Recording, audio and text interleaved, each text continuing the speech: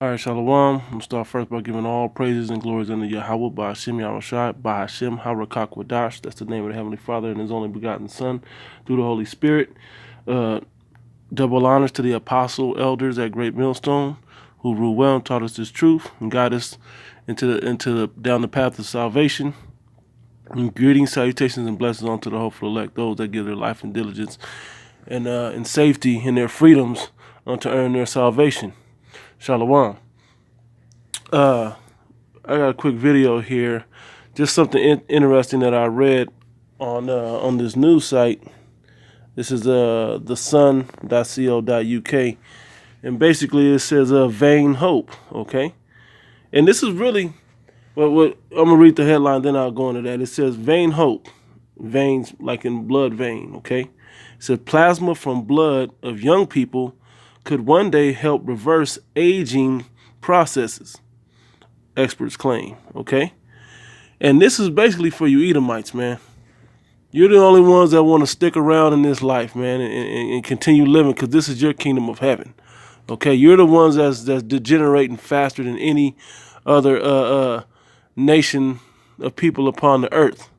Okay, that's what's going on with you people. All right, and plus you don't want your kingdom and rulership to end.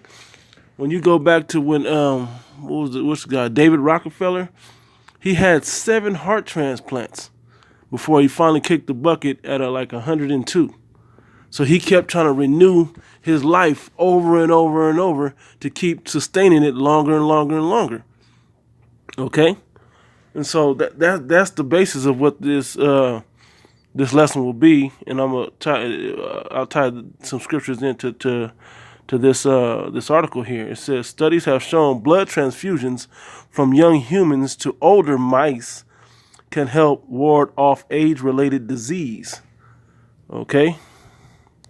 Now, age-related disease. Anyway, it says the blood of young people could be the key to living longer and healthier lives, experts have revealed.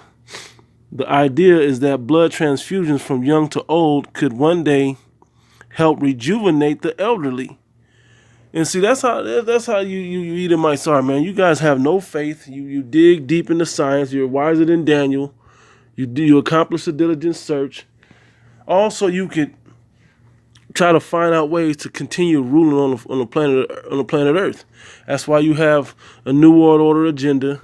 That's why you have all of these cryo states and all of these different things that you want to try to keep yourself alive on the earth.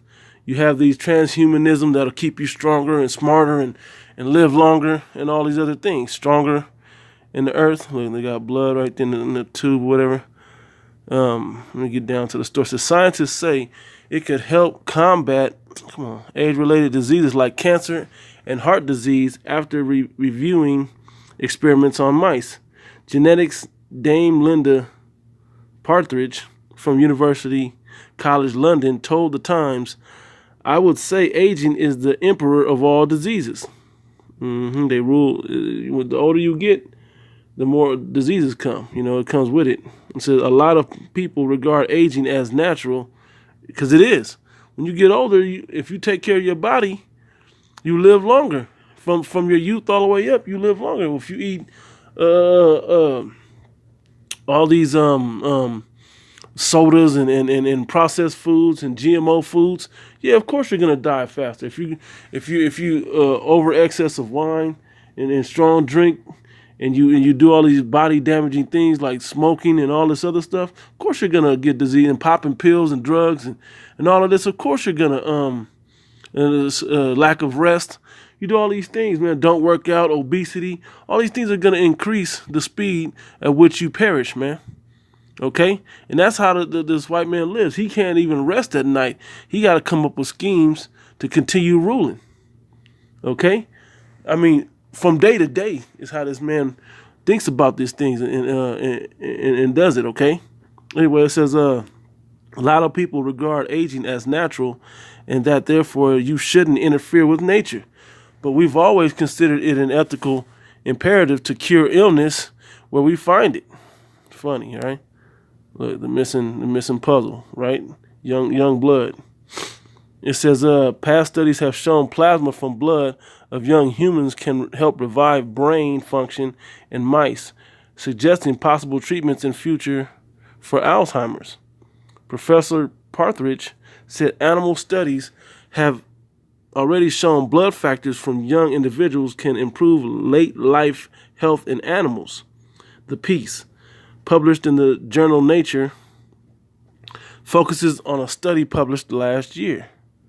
It says it is found that plasma, a part of the blood taken from the umbilical cord of humans and injected in older mice, boosted their brain function. Partridge noted. Professor Partridge noted. Transfer of blood or plasma and of plasma proteins from human umbilical cords has been recently shown to rejuvenate hippocampal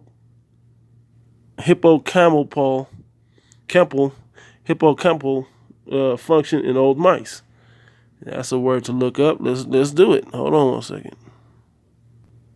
Hippocampus. It says. Let's hear the word. Hippocampus. It says the elongated ridges of the floor of each lateral ventricle of the brain, thought to be the center of emotion, memory, and the autonomic nervous system. All right. So let's go back. Okay, so going back, it says, here we go with this, man. Come on. Where is it at? Of course, we got to move around. Yeah. It says transfer of blood or plasma from the plasma proteins from the human umbilical cords has been recently shown to rejuvenate hippocampal function in old mice, meaning where all the true qualities of mammals come from. I hate to say it that way. The hippocampus here it goes right here. The hippocampus is part of the brain that plays a role in learning and memory. But Professor Partridge states much more research is needed in animals to establish the long-term consequences and possible side effects of the potential treatment. It's not the first time scientists have explored the idea that young blood could revitalize older people. All right, and this is all, and I'm not going to read the whole. Let me see if there's anything key to it. We read that already. Let's read this. It says, before the treatment, the older mice show signs of poor memory and slower speed. 3 weeks after the transfusions, all that changed. It says, with the rodents developing new brain cells and showing faster speed, agility, and reaction times. It says, the study's author, Sakura Minabe, and that her team had seen a rejuvenation effect in the mice. She suggests it could pave the way for new treatments in future to help combat Alzheimer's. And all you guys have sympathy on the elderly right now because it's of the Alzheimer's and all that. You know, they develop in older age and you get into your 70s and 80s and on. Well, Jake is dying at 40 and 50 and even younger. Nobody's trying to cure that. Okay? You're not trying to cure heart disease and what's that other one? What's the one that comes from stress, man? Hypertension and all of that. Nobody's trying to cure that from Jake. Diabetes too. You know, nobody's trying to cure that in Jake. Okay? You're concerned about your elderly. For you Edomites out there, you're concerned about your elderly, your forefathers. Okay? Anyway, it says young human plasma improves cognition. Minabe told the Society for Neuroscience during their annual meeting in San Diego. Their memory was preserved. They're always trying to preserve something. So with that, I'm going to go into some scriptures now, okay? See if I could get an image for y'all to look at a little bit. Bull. Okay, vain hope. Perfect. Yeah, we're going to start with this one right here in Psalm 50 and verse 11. No. Verse 10, it says, for he seeth that wise men die, likewise the fool. Both everybody dies, basically is saying. No matter how smart you are, how much of a fool you are. All right, it says, and the brutish person perish, even when you're brutish, and leave their wealth to others. And that's really what these Edomites are trying to do, preserve it, because they know they're not going to make a full generation, the 3 or 4 generations to come back around to where they can re-inherit their own money again, their own wealth again. That's not, they know they don't have that much time. That's why I said the devil has come down with great wrath, because he knows he has but a short time. So they're trying to hold on to, so they can push their New World agenda, so they can attempt to keep control of the whole earth. All right? It says, verse 11, because they leave their inheritance down onto their children. All right? It says, it says, their inward thought is that their houses shall continue forever. Which houses? The houses that they control. But more importantly, in particular to this article here, their bodies, the houses where their spirits dwell. Okay? The body that their flesh. Okay? Their carnation. Okay? They want it to continue forever. That's why they're doing, like I named earlier, the super soldiers. That's why they're doing things like trying to cryostasis, where they can freeze the brain or freeze the body and get, or like in the movie Get Out, they're putting the consciousness of the old rich Edomites into to young Jake. You know, and having that body function for their consciousness. You know, that they want to live forever. All right? It's funny, that movie. Anyway, it says, and their dwelling places to all generations. They call their lands after their own names. Yep. It says, nevertheless, man being in honor abideth not. Whether you're in the Illuminati and you rule the world or whatever, like David Rockefeller, you still perish. Okay? He is like the beasts that perish. You still die, regardless, man. Ecclesiastes, I'm gonna just hit them with them like I got them.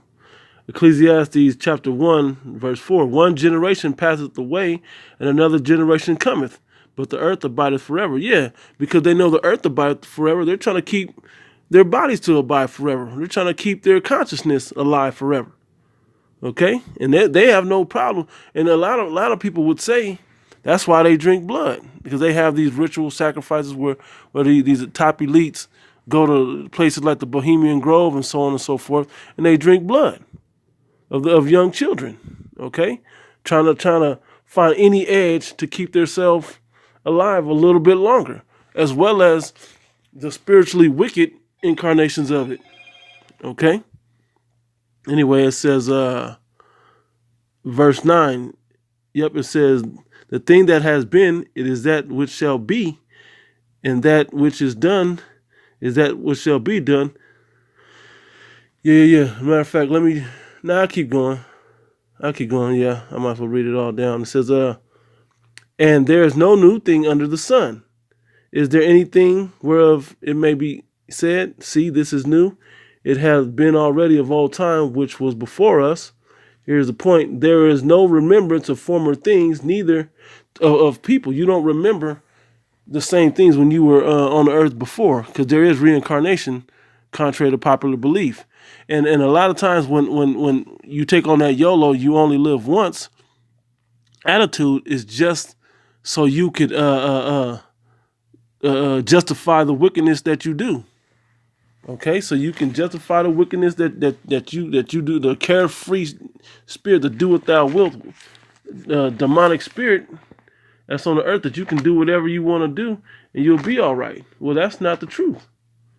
The truth is, you have an end. The Most High have given them bounds that they cannot cross. They can't go outside of the earth's atmospheres. They can't live past the age the Most High has them written into, in his mind for them to go past. Where's the one that I wanted? Wisdom of Solomon right here. Let me find it right quick. Bear with me. Yep, I'll get back to that. Let me finish what I'm reading now. It says, there is no remembrance of former things, neither shall there be any remembrance of things that are to come. For those that shall come out with those that shall come after. So they want to just continue living. They don't want to have to hit the reset button as the process the Most High created requires. Because when you are you're a baby, then you go through all the experiences of life and all the memories and things, and you create the life, so to speak, that you are. Then when you perish, all the reset button is hit, and then you come back into a new flesh with the same spirit, fulfilling your judgment of the last time. But you don't know that, oh, this is why my arm getting chopped off because I was a thief. You don't know what the Most High has set up for you, or the punishments, or the judgments, good or bad, Most High has set up for you. Well, these Edomites are like, well, I don't want to go through that process again. I just want to keep living. They're trying to make the first 200-year-old living man, is what it seems like. I wouldn't be surprised if that's in the news somewhere, So let me move on from there. Let me read this. This is Wisdom of Solomon, chapter 2. It says, "For the ungodly said, reasoning within themselves, but not aright, our life is short and tedious. And in the death of a man there is no remedy, neither was there any man known to have returned from the grave." That's not true. That's false right there. That's what the wicked say. They don't want to believe in reincarnation because they want license to be as wicked as they possibly can, to have as many wicked experiences as they can rack up in this life, not realizing that there's a price that you're going to have to pay at the end of it. Excuse me. Verse 2 says, "For we are born at all adventure and shall be hereafter as though we had not been. For the breath of our nostrils is as smoke, and a little spark in the morning, in the moving of our heart." Okay? They know that once this body's over, it's over. But it's not completely over. Your spirit comes back, but you have to hit the reset button on your consciousness, on your memory, and on your physical body. It's not even just reset. You get a fresh new body. Okay, as a baby. It says, "Which being extinguished, our body shall be turned into ashes, and our spirit shall vanish as the soft air." And they because there's no proof that there's reincarnation, because it is a faith-based understanding, all right, which the so-called white man doesn't have faith. Okay, and a lot of you Jakes don't have faith. A lot of people on earth don't have faith. What does the Bible say faith is? Faith is the I'll get it. Bear with me 1 second. Yep. Let me grab it right quick. The book of Hebrews. 1 second. Okay. Hebrews chapter 11, verse 1 says, verse 9. Hebrews 11 and 1. "Now faith is the substance of things hoped for, the evidence of things not seen." Okay? Well, Esau doesn't have that written in his spirit to be that way. He doesn't have that written in his spirit. He doesn't have faith. There's a lot of you Jakes upon the planet, a lot of you other heathen don't have it. It says, verse 4, back in Wisdom of Solomon, the first chapter, "And our name shall be forgotten in time, and no man shall have our works in remembrance." They want to live on forever. Okay? The inward thought is that their houses shall continue forever. Okay? 1 second. It says, yes, it says, "And our name shall be forgotten in time, and no man shall have our works in remembrance, and our life shall pass away as the trace of a cloud, and shall be dispersed as a mist that is driven away with the beams of the sun, evaporated, and overcome with the heat thereof. For our time is a very shadow that passes away, and our end, and after our end there is no returning," which is not true. There is a returning, not of your flesh and of your same exact soul, meaning the combination of your spirit and your flesh. But your spirit will return. Your flesh will not return the same way. It'll be a new flesh. Excuse me. It says, for it is sealed that no man cometh again. And that's what the wicked would say. That's why the Most High said it. But when you go in the same Apocrypha, it shows you that there's reincarnation. You go in Ecclesiastes, it shows you there's reincarnation. I read one of the scriptures already. So what does Esau do? He tried to have hope, but this hope is in vain, as you will see in this article. You know, it's a play on words, vain versus VAIN, meaning empty hope, okay? Their hope is in vain, okay? And that brings me to mind Jeremiah chapter 3, verse 23. Truly in vain is salvation hoped for from the hills and from the multitude of mountains. Truly in the Lord our power, Yahweh, by Hashem Yahushua, is the salvation of Israel, and not the whole nation. Now, I just want to read that because that's the first scripture that came to mind. Truly in vain is salvation hope. That's why some of you try to prove you have faith by being a Christian.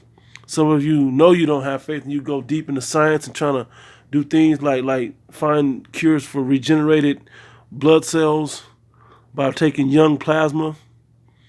You know, now they ain't telling you how they're getting all these young people. They only brought up the fact of umbilical cords, but they're not going to tell you that they probably even done some as far as with all these children that they're abducting and molesting and pedophile rings, using them kids to get rid of it before they sell the meat off to your favorite fast food restaurant anyway. To digress back to the point, that they're using, they could possibly be using that to test with also those young people's blood. Okay, so it's just to me an oxymoron for Edomites to want to have hope in their future, because your future is grim according to the Bible. You do believe that your houses will continue forever. You don't believe what the prophecy says. A lot of our people don't believe what the prophecy says, 2/3 in particular. Okay? Well, the elect in this word will stand true. All right? Our hope is not in vain. It says, this is the patience and the faith of the saints. You know? What we believe in, our hope. Okay? Anyway, so I'm going to close out there. You know, I just want to kind of keep it quick, but it lasted longer. But give all praise. The Lord willing, this was edifying. So I'm going to give all praise and glory to the Yahweh, by Hashem Yahushua, by Hashem HaRakakwadash. Double honor to the elder apostles at Great Millstone who rule well. Greetings, salutations, and blessings unto the hopeful elect. It's just so funny to me that this man will try anything to continue his disbelief in the Most High, in the Most High's will, that he himself, matter of fact, Salakia, got to pull one more scripture. Salakia, I didn't close out already, but I got to pull one more scripture. It just hit me through the spirit, so before I close out, I'll read it. 2 Thessalonians chapter 2, and I'm going to just read straight to the point, this one right here, verse 4, who opposeth and exalted himself above all that is called God. This whole vain hope thing is all about him believing he's the Most High, saying, it ain't my time to die. You know, I can go into science and change the path of my life and extend it with the defibrillator, with all types of science miracles, the cancer treatments, you know, versus what the Most High God had your life planned out to end, not realizing the Most High still is controlling it, okay? But he's letting your pride build up on your rap sheet, all right? It says, talking about you Edomites, it says, 2 Thessalonians chapter 2, verse 4, who opposeth and exalteth himself above all that is called the Most High God, Yahweh, or that is worshipped, so that he as God sitteth in the temple of God, showing himself that he is God. How does he do that? By saying he controls life or death. He can save lives. He has the power to kill, you know, from a higher perspective, you know? And it's not up to the Most High, it's up to him. This man really believes that. And how do you know he believes it? With things like this. And you go into all of his works upon the planet because he's ruling the planet right now. If not, if it ain't the so-called white man, where and who is he? All right? Then what would he be doing? And why is he always waging wars to kill people? He has certain tools set in place to kill certain demographics of people, particularly you Jakes out there, you so-called Negro, Latinos, and Native Americans, as well as in his so-called hospitals. He has you believing he has the life, he has the power to bring you back to life. Okay, with things like this, with studies like this. Okay. So anyway, like I said, I'm gonna close out. Lord willing, this was edified, giving all praise and glory in the Yahweh Bashim Yahshai Bashim Arakakwadash. Double honor to the elder apostles at Great Millstone, and greetings, salutations, and blessings unto the hopeful elect. Shalom.